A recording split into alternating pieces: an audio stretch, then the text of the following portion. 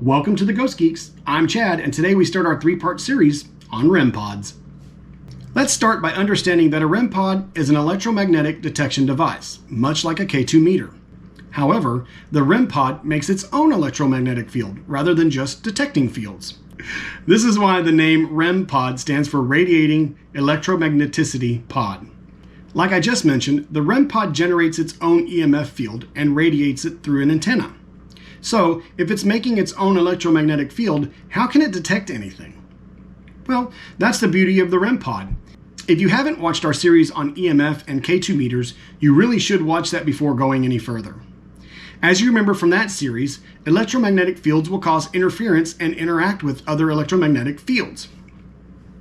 By establishing its own electromagnetic field, the REM pod actually creates a calibrated field that is propagating outward in a 360-degree loop.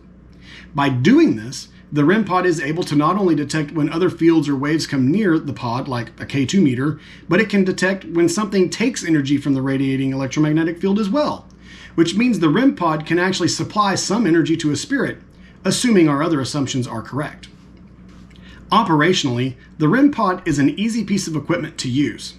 Most people use the set it and forget it method. This means you turn on the REM pod, set it down, and hope for the best. Our team often deploys this method in certain areas. However, we prefer to use multiple REM pods together. This provides for some heightened level of confidence in the readings. For instance, if you have two REM pods near each other, background EMF would set off both units in unison.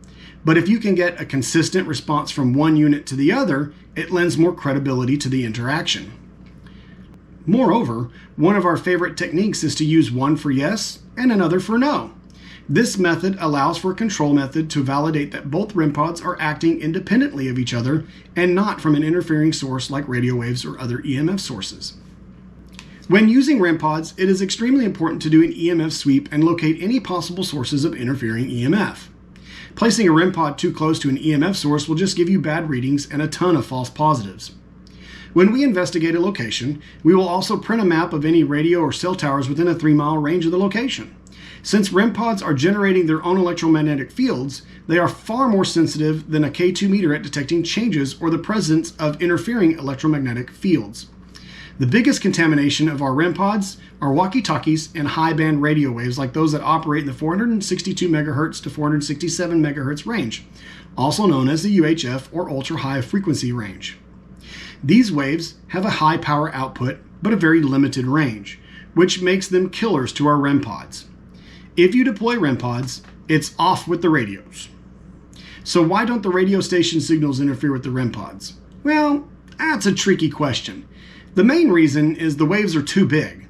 Remember back in the EMF videos we talked about how to calculate the size of the wave by dividing the speed of light by the wave frequency? Well, in this scenario, the radio waves are 3 meters tall, whereas the walkie-talkie waves are 12 to 15 inches.